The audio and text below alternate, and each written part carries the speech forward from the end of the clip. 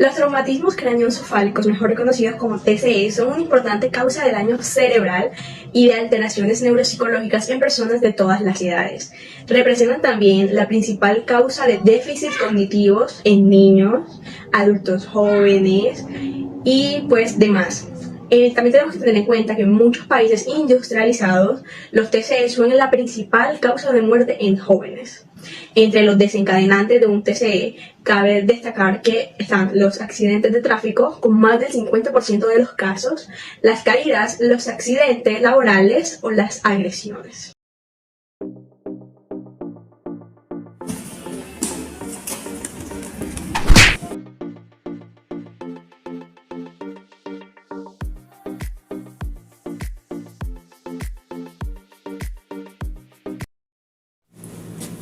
Buenas tardes, ¿qué tenemos por aquí? Paciente de aproximadamente 18 años con posible lesión focal o difusa provocada por un choque a nivel de cráneo. Ábrele un poco, por favor.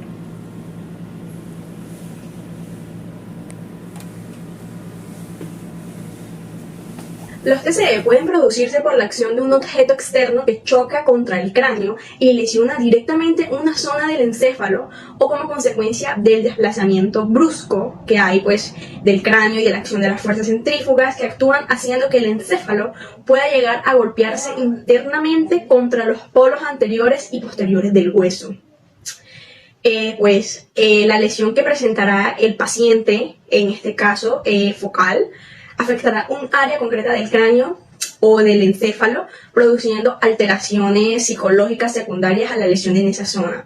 El daño en el lóbulo parietal derecho, por ejemplo, probablemente producirá alteración visoespacial o visoconstructiva, mientras que la misma lesión del lado contrario, es decir, del lado izquierdo, podrá producir una alteración en la lectura o déficit en la denominación. Como el daño es focalizado en estas áreas, pues el déficit neurológico afectará exclusivamente aquellas funciones que requieren de esas zonas para su funcionamiento de manera correcta o normal.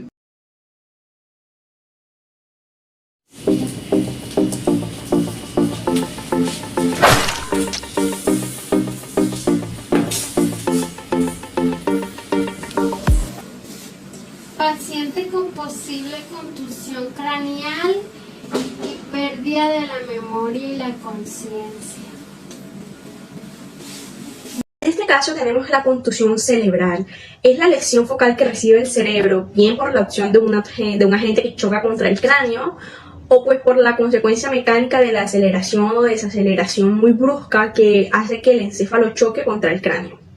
Entonces, las áreas más frecuentes de contusión son los lóbulos frontales y las astas anteriores del lóbulo temporal, que se localizan a la altura del hueso esfenoides.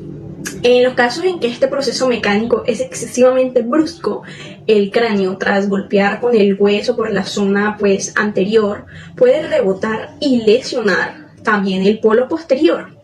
Es algo que tenemos que tener en cuenta, ya que la mayoría de las contusiones son por accidentes.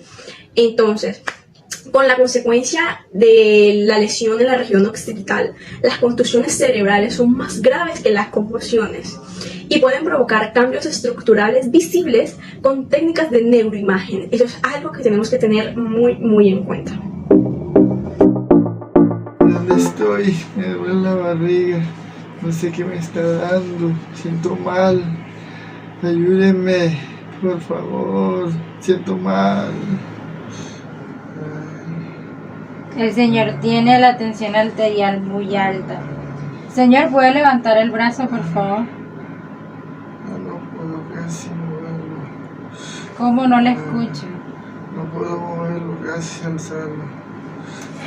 Déjeme revisar sus ojos. Bueno, vamos a ordenarle un TAC porque es probable que esté teniendo una isquemia. Entonces vamos a realizarlo para evitar que tenga una hemorragia subaracnoidea. Ahora tenemos una hemorragia subaracnoidea y se produce cuando la sangre fluye por el espacio entre las aracnoides y la pía madre, que es el espacio subaracnoideo. Como consecuencia de una ruptura arterial. La presencia de sangre en el espacio subaracnoideo se ha relacionado con la génesis de vasoespasmos, el cual puede producir lesión cerebral por isquemia. como lo vimos en este caso anterior. Con frecuencia, la presencia de sangre y el desarrollo a lo largo plazo de adhesiones fibrosas entre las dos membranas puede provocar una obstrucción de la circulación del líquido cefalorraquídeo, una LCR, como pues la consecuencia de una hidrocefalia secundaria. Mira, Mario. ¡Ay, qué te pasó! ¿Papi?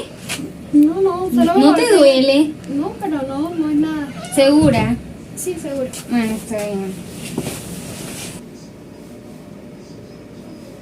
Maricielo, ¿sabes qué día es hoy? Maricielo, ¿sabes qué día es hoy? ¿Que si sabes qué día es hoy? No sabes. ¿Y me escuchas bien? No me escuchas bien. ¿Hace cuánto te caíste? ¿Hace cuánto se cayó? Ella se cayó hace un par de días, como 5, a lo mucho, y se golpeó en la cabeza fuertemente. Se golpeó en la cabeza. Bueno, vamos a realizarle un TAC porque es posible que esté teniendo una hemorragia subyural. Esto pasa cuando se golpea muy fuerte en el cráneo. Y por eso de pronto ella está así como ida, como que no capta Desorientada. nada. Ajá, muy desorientada. Entonces vamos a hacerle los exámenes. Ok, ya hablaremos un poquito de las complicaciones tardías y pues las lesiones que se producen en el momento y durante las primeras horas posteriores del TCE. También pueden observarse otro tipo de complicaciones secundarias que pues no vemos a simple vista o que no se pudieron observar en el hospital la primera semana o bien una vez dado de alta el paciente, ya que pues no le encuentran nada. Uno de estos es la epilepsia, que pues es la complicación tardía más frecuente y afecta a un 10% de los TCE más graves. El riesgo de presentar epilepsia aumenta con lesiones en el lóbulo temporal, con lesiones penetrantes y con la presencia de hematomas intracraneales, pues la posibilidad es aún más elevada. Las crisis pueden ser parciales, pueden ser complejas o generalizadas, siempre con pérdida de conciencia y pues aunque en un 75% de los casos remite completamente o pues se controla con medicinas o con fármacos, en el 25% restante se muestra resistente al tratamiento y puede contribuir a aumentar el déficit cognitivo del paciente. Pues otra complicación que tenemos, una característica de los TCE leves, es el denominado psicosíndrome postraumático. Algunos pacientes, después de ser dados de alta, donde ya mostraron pues la mejoría y todo eso, pues tienen alteraciones neuropsicológicas o neurológicas mínimas o de si ya no existen, presentan una semana toda una serie de síntomas que les impiden el retorno normalizado a su trabajo o a sus labores diarias y pues se trata de un cuadro de cefaleas con mareos, náuseas, insomnios y quejas de déficit de atención y de memoria. Comienzan como a perder un poco la memoria y la atención, como lo vimos en este caso. Y pues estos son los síntomas más frecuentes. Bueno, aunque la mayoría de las personas estos síntomas desaparecen, en unas pocas semanas ya están totalmente recuperados. Pero algunos pacientes muestran esta sintomatología durante meses. Y con algunos casos descritos de hasta un año completo. Viendo estos casos del día de hoy, nos despedimos. De antemano le agradecemos la presencia de ustedes en este hermoso documental. Tienen que tener mucho cuidado con estas lesiones, con los accidentes. Tenemos que tener muy en cuenta las consecuencias que puede traer esto, porque son serias. Entonces siempre andemos con mucho cuidado. Muchísimas gracias por habernos acompañado el día de hoy.